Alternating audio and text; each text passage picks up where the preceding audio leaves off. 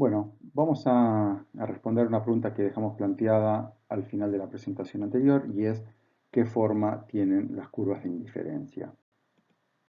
Y la respuesta va a depender de, eh, de dos principios, ¿eh? Vamos a definir dos principios y vamos a ver cómo estos principios después nos ayudan a explicar la forma que tienen las curvas de indiferencia. Y estos principios son el de sustitución y complementación, ¿eh? Todos tenemos una idea más o menos intuitiva de lo que significa sustituir y complementar, o sustitución y complementación, pero lo vamos a definir de una manera un poquito más rigurosa y cuando entendamos lo que son estos principios y cómo se relacionan con la manera en que el individuo manifiesta sus gustos o sus preferencias por los bienes, vamos a ver cómo eso nos ayuda a explicar la forma de las curvas de indiferencia. En verdad, no solo la forma de las curvas de indiferencia, que es un detalle, es importante, pero más en el fondo va a ser fundamental para entender cómo el individuo demanda los bienes. Y en última instancia, estas ideas de sustitución y complementación son importantes para entender la demanda del individuo. Las curvas de indiferencia son una herramienta útil que la vamos a usar, pero siempre que en última instancia nuestro objetivo es conocer la demanda del individuo y para eso va a ser fundamental entender estas ideas de sustitución y complementación. Empecemos entonces por la idea de sustitución, que tiene que ver con que a veces estamos dispuestos a renunciar a un bien para poder obtener otro cambio. Eso es sustituir. Dejo de consumir una cosa para poder consumir otra. Un bien sustituye al otro. Entonces, volviendo a nuestros ejemplos del café y el pan, a veces estamos dispuestos a entregar cierta cantidad de café para obtener cierta cantidad de pan, o viceversa. Eh, Acá tenemos un paquete de café y un paquete de pan. No necesariamente la sustitución tiene que ser uno de café por uno de pan. Simplemente, digamos, ahora cierta cantidad de café sustituye a cierta cantidad de pan o viceversa. Esa es la idea de sustitución. Renuncio a una cosa para obtener otra. La complementación, por otra parte, tiene que ver con que a veces nos gusta consumir dos bienes conjuntamente. Los bienes se complementan. Y siguiendo también con el ejemplo del café y el pan, a veces nos gusta consumirlos conjuntamente. Si estoy pensando en el desayuno de mañana, bueno, probablemente voy a llevar café y voy a llevar pan, porque estoy pensando que voy a querer tomar un café y comer una rodaja de pan. También hay, o mejor dicho, acá lo que hay, lo que estamos presentando acá es la idea de complementación. Los bienes se consumen conjuntamente. Entonces, vamos a definir tres casos. En realidad, dos casos extremos y un caso mixto. Los casos extremos van a ser, por un lado, la sustitución perfecta, y cuando hay sustitución perfecta hay cero complementación, no hay nada de complementación. Y el otro caso extremo va a ser la complementación perfecta. Cuando hay complementación perfecta hay cero sustitución. Por otra parte, el caso mixto es un caso en el cual hay sustitución y complementación parcial. Sustitución parcial y complementación parcial. Empecemos por la sustitución perfecta. Los bienes se sustituyen perfectamente. Vamos a ejemplificarlo, capaz con el ejemplo se entienda mejor. Supónganse, bueno, es el comienzo del cuatrimestre, digamos, no estamos en cuarentena y ustedes, bueno, van a comprar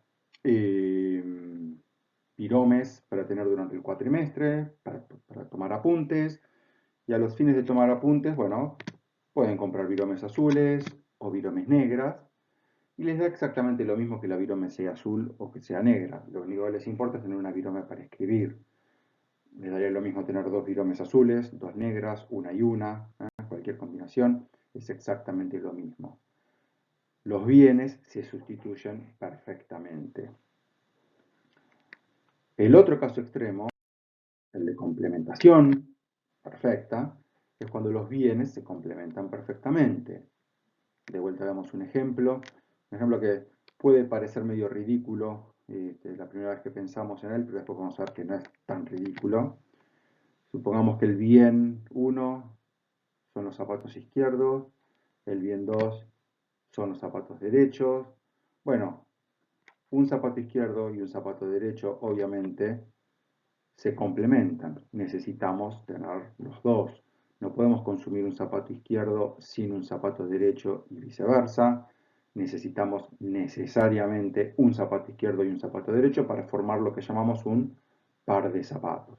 El ejemplo puede parecer medio ridículo, pero en realidad cuando lo elaboremos un poco más se van a dar cuenta que en realidad parece ridículo porque es un ejemplo muy bueno para el caso de complementación perfecta.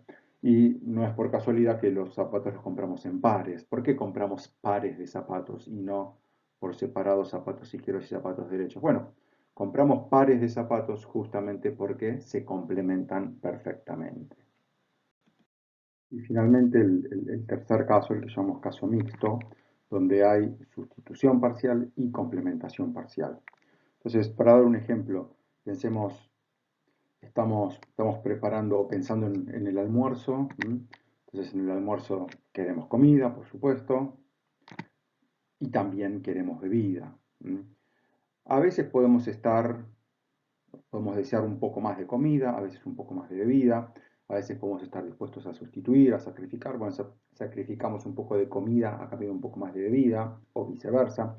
Estamos dispuestos a hacer cierta sustitución, o sea que hay sustitución parcial, pero también queremos las dos cosas. Un almuerzo tiene que tener comida y bebida. Un almuerzo con solamente comida no es un buen almuerzo. Un almuerzo con solamente bebida tampoco, bueno, directamente tampoco es un almuerzo. Un almuerzo tiene que tener cierta cantidad de ambas cosas. Por eso este caso es un caso donde existe sustitución entre los bienes, pero también existe complementación. Ni la sustitución es perfecta, porque una empanada no sustituye exactamente una cantidad fija de bebida, y la complementación tampoco es perfecta, porque no es que tenemos que tener una cantidad exacta de comida con una cierta cantidad exacta de bebida, como en el caso de los zapatos, donde sí o sí teníamos que tener, por cada zapato izquierdo, teníamos que tener un zapato derecho. Volvamos a las curvas de indiferencia y ver cómo las curvas de indiferencia reflejan las distintas posibilidades. Entonces, empecemos con el caso de sustitutos perfectos. Y las curvas de indiferencia van a tener esta forma. Piensen que acá tenemos, en el eje horizontal tenemos las lapiceras o viromes azules, creo que habíamos dicho primero. Supónganse que acá medimos la cantidad de viromes azules. En el eje vertical medimos la cantidad de viromes negras. Y entonces, supónganse que acá tenemos una canasta que tiene 10 viromes azules, o en el otro extremo tenemos, 10 viromes azules y 0 viromes negras. En el otro extremo tenemos lo contrario, 10 viromes negras o 0 viromes azules. Y el individuo está perfectamente indiferente entre esas dos canastas. Las dos canastas tienen 10 viromes. Y también estaría indiferente acá en el medio. Acá en el medio cabría una canasta con 5 viromes azules y 5 viromes negras. Bueno, también estaría indiferente porque en definitiva también son 10 viromes. No importa el color. A este individuo no le importa el color de las viromes, lo que le importa es la cantidad total de viromes. Cualquier canasta a lo largo de esta curva de indiferencia, cualquier canasta contiene 10 viromes en todas las combinaciones posibles, desde 10 azules y 0 negras hasta el otro extremo con 10 negras y 0 azules y todas las combinaciones intermedias. Es decir, este individuo puede sustituir una virome azul por una virome negra y siempre seguir indiferente, hasta el extremo en el cual solo tiene viromes negras y ya no tiene más viromes azules. Por lo tanto, la curva de indiferencia es rectilínea. La seguimos llamando curva. Es una curva rectilínea. Ahora, si saltamos a otra curva de indiferencia, digamos esta de acá arriba, supongamos que acá supongamos que tuviéramos 15 viromes azules con 0 negras, o en el extremo opuesto 15 viromes negras con 0 azules, o cualquier combinación intermedia, que sume 15, 8, 7, 9, 6, 5, 10, 10, 5, etc. cualquier combinación intermedia que sume 15, bueno, también el individuo está indiferente entre todas estas canastas porque en todos los casos tiene 15 viromes, sin importar la composición. Ahora, cualquier canasta en esta curva, conteniendo 15 viromes, es mejor que cualquier canasta en esta curva, que solo contienen 10 viromes. Cuanto más, mejor. 15 viromes son mejores que 10 viromes. Y si nos viniéramos para abajo, bueno, acá podríamos tener 5 viromes, canastas compuestas por 5 viromes, sin importar la combinación de colores. Pero bueno, cualquier canasta que tenga 5 viromes es peor que cualquier canasta que tenga 10 viromes. Entonces las sucesivas curvas de indiferencia, a medida que vamos saltando hacia curvas más altas, vamos teniendo niveles de satisfacción mayor, porque en todos los casos pasamos a tener cada vez más viromes. En el caso de los complementarios perfectos, que recordamos era el caso de los zapatos, las curvas tendrían esta forma. ¿Por qué? Supongamos que empezamos con un zapato, bueno, en este caso un zapato derecho y un zapato izquierdo. Esta canasta acá que estamos marcando ahí con el puntero, esa canasta tiene un zapato derecho y un zapato izquierdo. ¿Qué pasa si nos ofrecen canastas que tienen, o una canasta que tiene dos zapatos derechos y un zapato izquierdo? Y bueno, dos zapatos derechos y un zapato izquierdo, bueno, nos va a sobrar un zapato derecho. El segundo zapato derecho no nos mejora para nada, o sea que estaríamos indiferentes entre esas dos canastas, porque un segundo zapato derecho no nos aporta nada nuevo, no nos mejora para nada, o sea que estamos indiferentes. Y lo mismo si nos volvemos a correr hacia la derecha, un tercer zapato de vuelta no nos aporta nada. En todos los casos, lo único que tenemos es un par de zapatos. ¿Por qué? Porque solamente tenemos un zapato izquierdo. De modo que todas las canastas a lo largo de este segmento contienen un solo zapato izquierdo y cantidades cada vez más grandes de zapatos derechos, pero no tienen cada vez más pares de zapatos. Por ejemplo, para dar otro ejemplo numérico, si tenemos un zapato izquierdo y tres zapatos derechos, 1 más 3 es 4, bueno, 4 no son dos pares de zapatos. Un zapato izquierdo y tres zapatos derechos siguen siendo un solo par de zapatos. De modo que entre todas estas canastas vamos a estar indiferentes. Lo mismo si nos moviéramos verticalmente. En ese caso estaríamos manteniendo fijo un solo zapato derecho y estaríamos agregando cantidades adicionales de zapatos izquierdos, pero de vuelta, en todos los casos siempre tendríamos un par de zapatos. O sea que la curva de indiferencia tiene esta forma de L, digamos, tiene un tramo rectilíneo vertical y un tramo rectilíneo horizontal. En todos los casos, lo que tenemos es un par de zapatos y por lo tanto el individuo está indiferente entre todas esas canastas. Ahora, si saltamos a esta canasta, que contuviera dos zapatos derechos y dos zapatos izquierdos, bueno, esta canasta sí que contiene dos pares de zapatos.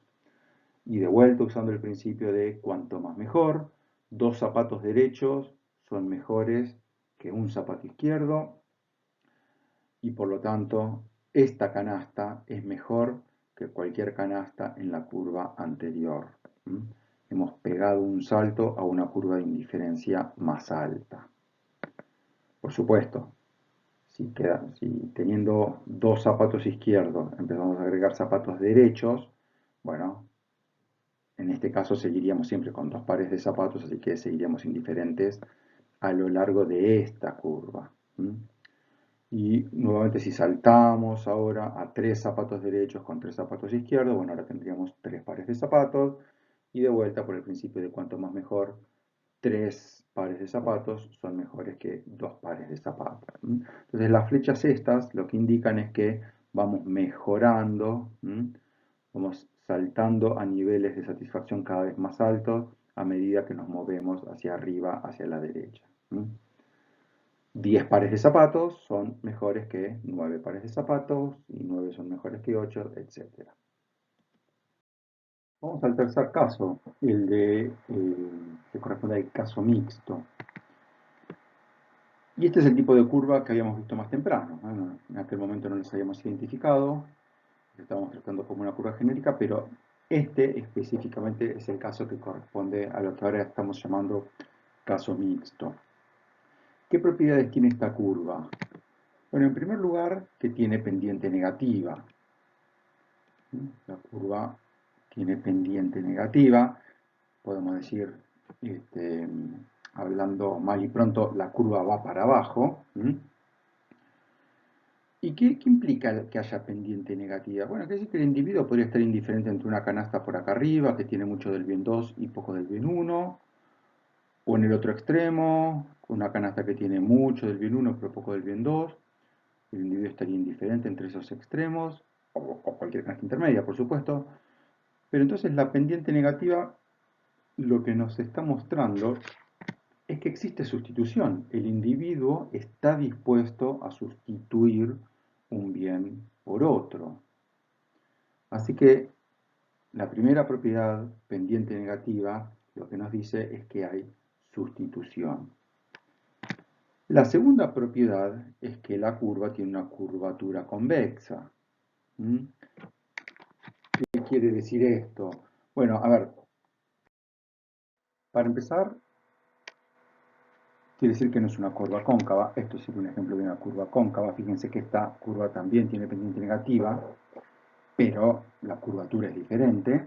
Esta es una curva cóncava, así que hay una primera distinción. Después vamos a hablar un poquito más de las curvas cóncavas, pero no son las que más nos van a interesar a nosotros. De vuelta, a nosotros nos interesa una curva con curvatura convexa. Así que volvemos a la pregunta, ¿qué implica la curvatura convexa? Vamos a ver un ejemplo. Tenemos dos canastas, una primera canasta, canasta A, que está compuesta por una empanada y 6 vasos de bebida. Digamos que estamos pensando en el almuerzo o en la cena. Y entonces tenemos esta primera opción, una canasta A con, digamos, una pequeña cantidad de comida y bastante bebida. Opción B, canasta B.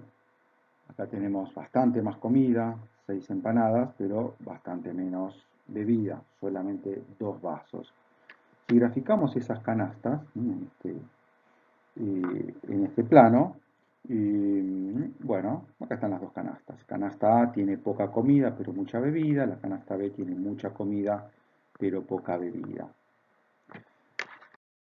Digamos que sabemos, porque el individuo nos lo dice, que esté indiferente entre estas dos canastas. Si el individuo está indiferente, quiere decir que por ahí pasa una curva de indiferencia, que tiene las propiedades que estamos discutiendo, pendiente negativa y curvatura convexa. Ahora, supónganse que agregamos una tercera canasta, vamos a decir una canasta intermedia, una canasta C, que tiene, a ver, no tiene tanta comida como la canasta B, fíjense, tiene, digamos 3,5, digamos que compartimos una empanada con alguien, tiene 3 empanadas y media, que vendría a ser, ¿de dónde sale el 3,5? Bueno, sale de hacer un promedio entre una empanada que teníamos en la canasta A, o 6 empanadas que teníamos en la canasta B, 1 más 6, 7, dividido 2, 3,5. O sea que tiene una cantidad intermedia de comida y tiene 4 unidades de bebida, 4 en este caso, 4 vasos de agua, que también de dónde sale, bueno, también de hacer un promedio, entre 2 vasos que tenía la canasta B, o 6 vasos que tenía la canasta A, 6 más 2, 8, dividido 2, 4. Entonces tenemos esta canasta intermedia 6, que surge de hacer un promedio de las otras dos canastas. Y como ven, la canasta C está claramente por arriba de la curva de indiferencia. Si recuerdan toda la discusión anterior, que una canasta esté por arriba de una curva de indiferencia quiere decir que es una canasta preferida. O sea que acá, sin ambigüedad, sin duda, podemos afirmar que el individuo prefiere la canasta C antes que la canasta A o que la canasta B. O sea que diríamos, esta canasta intermedia C es preferida antes que cualquiera de los dos extremos, A o B. usando la notación que teníamos desde antes, C es preferido a A, C es preferido a B. O sea que la conclusión general acá es que la convexidad nos lleva a que el individuo prefiere el medio antes que los extremos. El medio no tiene por qué ser el medio exacto, digo, cualquier canasta que hubiera estado por acá, siempre hubiera estado por encima de la curva y por lo tanto hubiera sido preferida. Como región, digamos, toda esta región intermedia es mejor que cualquiera de los extremos. Esto responde la pregunta que planteamos hace unos minutos. ¿Qué implicaba la curvatura convexa? Bueno, lo que implica la curvatura convexa es que hay complementación.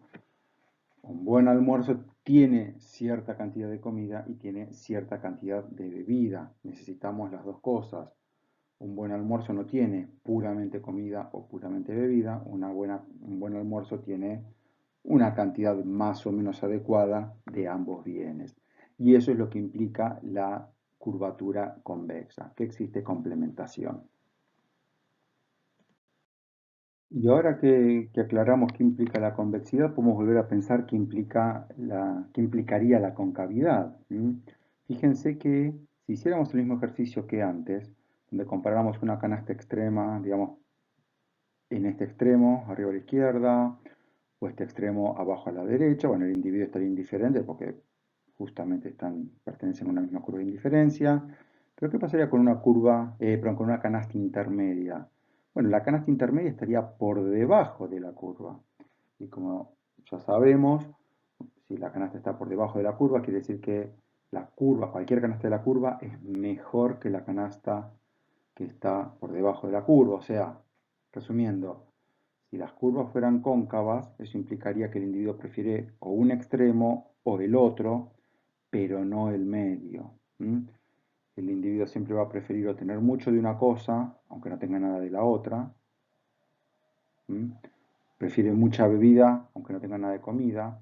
O mucha comida, aunque no tenga nada de bebida. Prefiere cualquiera de esos dos extremos antes que una canasta intermedia con un poco y un poco.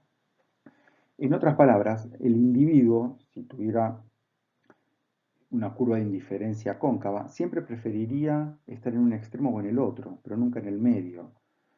Y en general, lo que observamos es que los individuos tienden a diversificar. Ustedes a lo mejor conocen el concepto de diversificación.